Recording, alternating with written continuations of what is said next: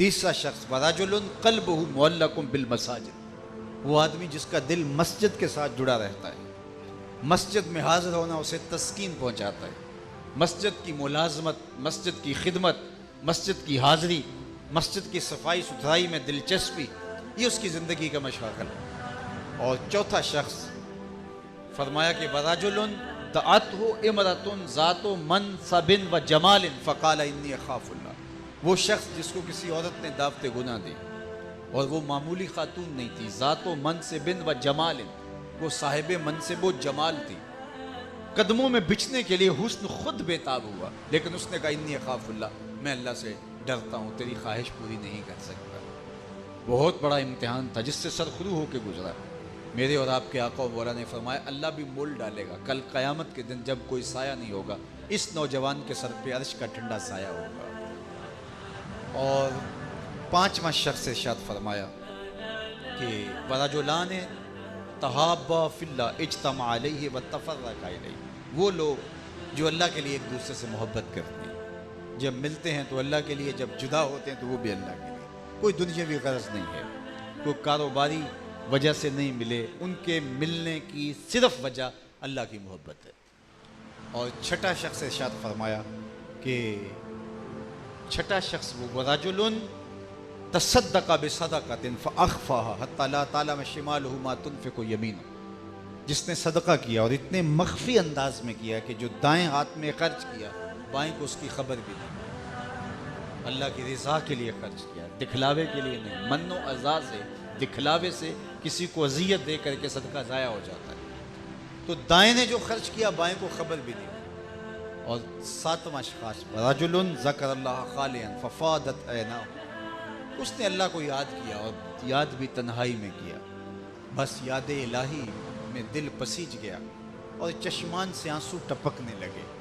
اس کی یاد میں آنکھیں اشکوں کا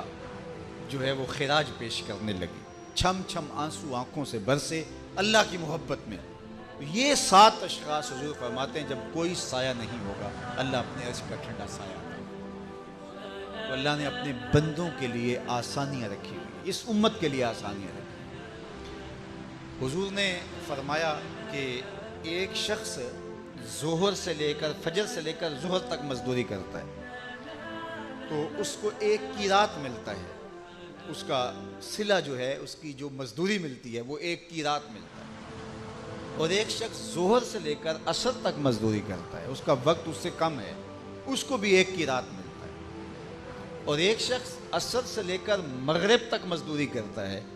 اس کو 2 قیرات ملتے ہیں۔ امام منبجی علیہ رحمہ نے اس حدیث کو دلیل بنا کے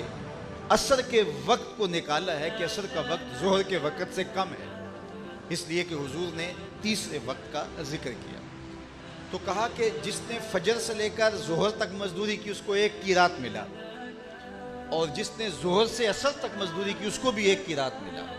اور جس نے عصر سے لے کر مغرب تک مزدوری کی اس کا وقت دونوں سے کم ہے لیکن اس کو 2 قیرات ملے۔ فرمایا پہلی مثال یہود کی ہے،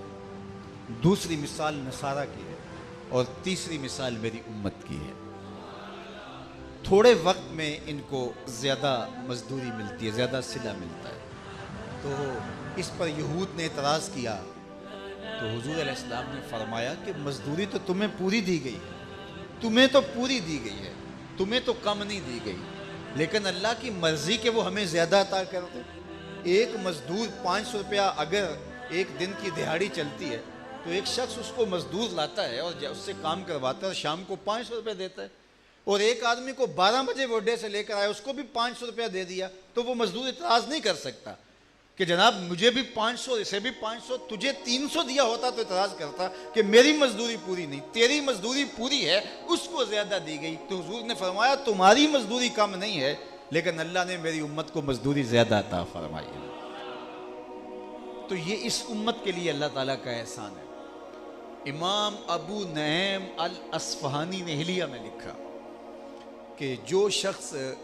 70 سال کی عمر میں انتقال کرتا ہے اللہ اس کے بڑھاپے کا حیا کرتے ہوئے اس کو بغیر حساب کے جنت عطا فرما دیتا ہے۔ یہ اس کے بڑھاپے کا حیا ہے، چونکہ جو اس امت میں ذی شیب جو سفید بالوں والا ہے اس کا اللہ حیا کرتا ہے۔ تو جو 70 سال کی عمر میں انتقال کرتا ہے مسلمان ہو تو اللہ اس کے بڑھاپے کا حیا کرتے بغیر حساب سے جنت دے گا، اور جو 80 سال کی عمر میں انتقال کرے اللہ اس کے بڑھاپے کا حیا کرتے ہوئے اس کو حق شفاعت بھی دے گا کہ اپنے خاندان کے وہ لوگ جن کو جہنم کا حکم ہو گیا ان کی شفاعت کر کے ان کو جنت میں لے جاؤ۔ تو پھر خاندان میں اگر کوئی بوڑھا ہو تو اس سے تعلقات اچھے رکھنے چاہیے، اس کی عزت کرنی چاہیے تاکہ اس کے ذریعے سے ہماری بھی مغفرت ہو جائے۔ اٹھ فریدا ستیا تے میلہ ویکھن جا، وت کوئی بخشیا مل جاوے تے تم ہی بخشیا جا۔ تو یہ اس امت پر احسان ہے، من جاء بالحسنۃ فلہ عشر امثالھا، جو ایک نیکی کرے ثواب 10 کا نصیب ہوتا ہے، یہ اس امت پر احسان ہے۔ امام ابن عساکر نے تاریخ دمشق میں یہ روایت نقل کی ہے کہ حضرت موسیٰ علیہ السلام پر جب الواح تورات کا نزول ہوا تو انہوں نے مطالعہ کیا تو اللہ کی بارگاہ میں 9 سوال کیے تھے۔ اللہم انی اجد فی الالواح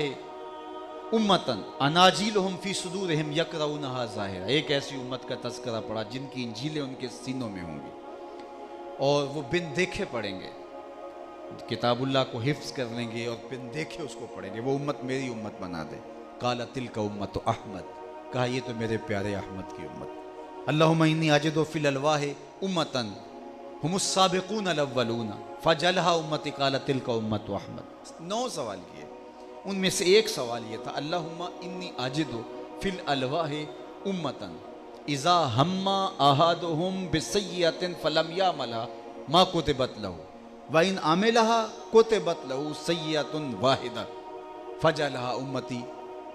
اے اللہ میں نے ایک ایسی امت کا تذکرہ پڑھا اگر ان میں سے کوئی شخص گناہ کی نیت کرے تو محض نیت سے نامہ اعمال میں گناہ نہیں لکھا جائے گا، اور اگر وہ گناہ کر بیٹھے تو ایک کیا ہے ایک ہی لکھا جائے گا، اور وہ بھی اگر توبہ کر لے تو مٹا دیا جائے گا۔ وہ امت میری امت بنا دے، کہا یہ تو میرے پیارے احمد کی امت ہے، اور کہا مالک انی اجد فی الالواح امتن، میں نے ایک ایسی امت کا تذکرہ پڑھا اذا ہم احدہم بحسنۃ فلم یعملھا کتبت لہ حسنۃ واحدہ، اگر ان میں سے کوئی گناہ نیکی کا ارادہ کرے، ابھی نیکی کی نہیں ہے، نامہ اعمال میں نیکی لکھ دی جائے گی،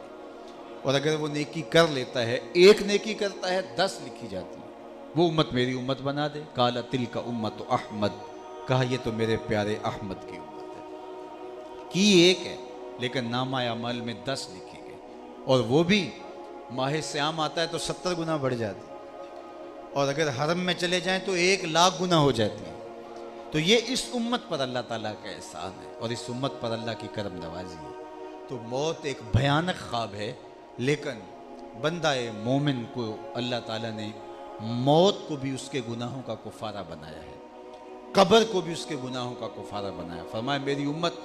قبر میں گناہ لے کے جائے گی، جب اٹھائی جائے گی تو گناہوں سے پاک ہو چکی ہو،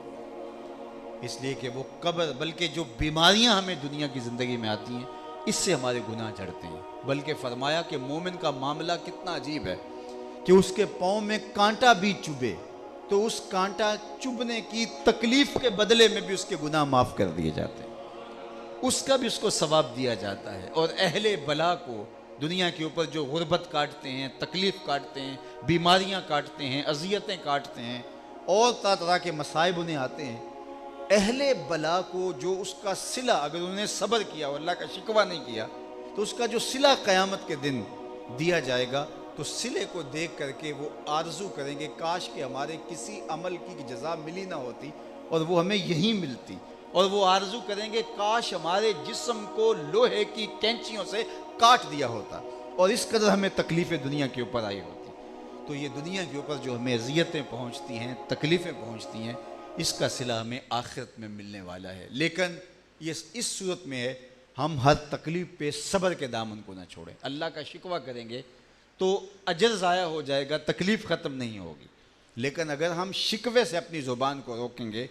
تو تکلیف جو ہے وہ تو گزر جائے گی لیکن اس کا اجر ثابت ہو جائے گا۔ اس لیے اللہ پر راضی رہنے کا جو شخص گر سیکھ جاتا ہے، زندگی کا حقیقی نور وہی پاتا ہے اور زندگی کا جمال اسے ہی نصیب ہوتا ہے۔ وہ لوگ خوش نصیب ہیں جو اللہ کی تقدیر پہ راضی رہنے کا فن سیکھ جاتے ہیں۔ ویسے بھی انسان کی زندگی میں خوشیاں کم ہیں اور غم زیادہ ہیں۔ جب انسان کا خمیر گویا گیا تو 39 دن تک اس پر غموں کی بارش ہوئی اور ایک دن اس پر خوشیوں کی برسات ہوئی۔ تو زندگی میں خوشیاں اور غم اسی تناسب سے ہیں، غم زیادہ ہیں، خوشیاں تھوڑی ہیں۔ غم دیر پا ہوتا ہے، خوشی پھول جھڑی کی طرح پھوٹتی ہے اور ختم ہو جاتی ہے۔ غم کے موقع پر خوشی آ جائے تو خوشی بھی غم میں